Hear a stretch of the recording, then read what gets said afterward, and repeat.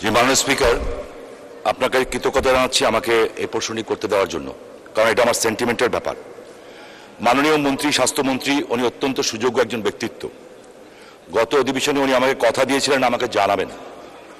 আমি জানতে চাই, জাতির জনক বঙ্গবন্ধু শেখ মুজিবুর রহমান মেমোরিয়াল ট্রাস্ট কর্তৃক 11/7/2021 সনে জাতির পিতার কনিষ্ঠ কন্যা শেখ রেহানার নামে মেডিকেল কলেজ হওয়ার কথা ছিল।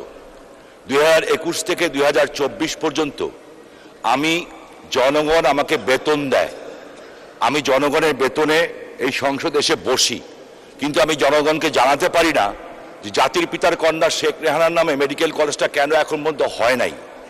আমি আপনার কাছে শুধু এইটা বিষয় না, আমাদের সুযোগ্য আইনমন্ত্রী এখানে আছেন, 200 কোটি টাকা ব্যয়ে একটা ভবন নির্মাণ করা হয়েছে আমাদের মতো একটা দরিদ্রতম দেশে।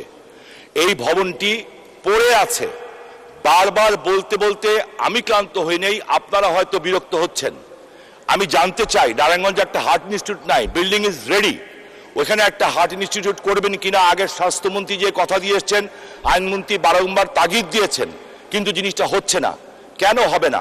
কারণ আমরা জনগণের বেতন যেহেতু নেই, আমাকে জনগণের কাছে বলতে হবে। আর শেখ রেহানা নামটা আমার কাছে খুব সেন্টিমেন্টাল একটা ব্যাপার।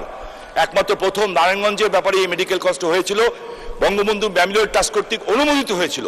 এটা কেন হয় নাই, কাদের কারণে হয় নাই, আমি আপনাকে জানতে চাই। এবং এই সংসদ অধিবেশন চলাকালীন সময় আইনমন্ত্রী মহোদয়ের সাথে আলোচনা করে ওই ভবনটির ব্যাপারে সিদ্ধান্ত নেবেন কিনা দয়া করে আপনি একজন সুযোগ্য মন্ত্রী, আপনার কাছে আমি অনুরোধ জানাচ্ছি।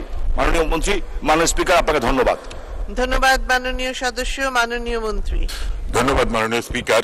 মাননীয় সংসদ সদস্য এই বিষয়টি আমাকে আগেও অবহিত করেছেন, তবে আমি যতটুকু জানি যে বঙ্গবন্ধু পরিবারের কারো নামে কোনো কিছু করতে গেলে যেটা বঙ্গবন্ধু ট্রাস্টে, সেই কাগজটা আপনি আমাকে দিবেন দয়া করে।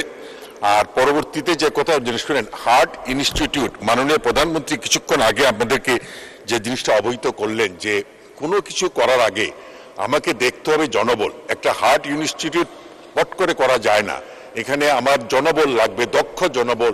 সেই জনবল আমার আছে কিনা, আমাদের ঢাকা শহরে যে সেন্ট্রাল ইনস্টিটিউটগুলো আছে সেইখানেই আমাদের যে ঘাটতি আছে। সুতরাং আমি মনে করি আমরা উপযুক্ত জনবল, পর্যাপ্ত জনবল তৈরি করে আমরা একটা ইনস্টিটিউট করা উচিত, কারণ আমি সেখান থেকে দক্ষ চিকিৎসক বানাবো।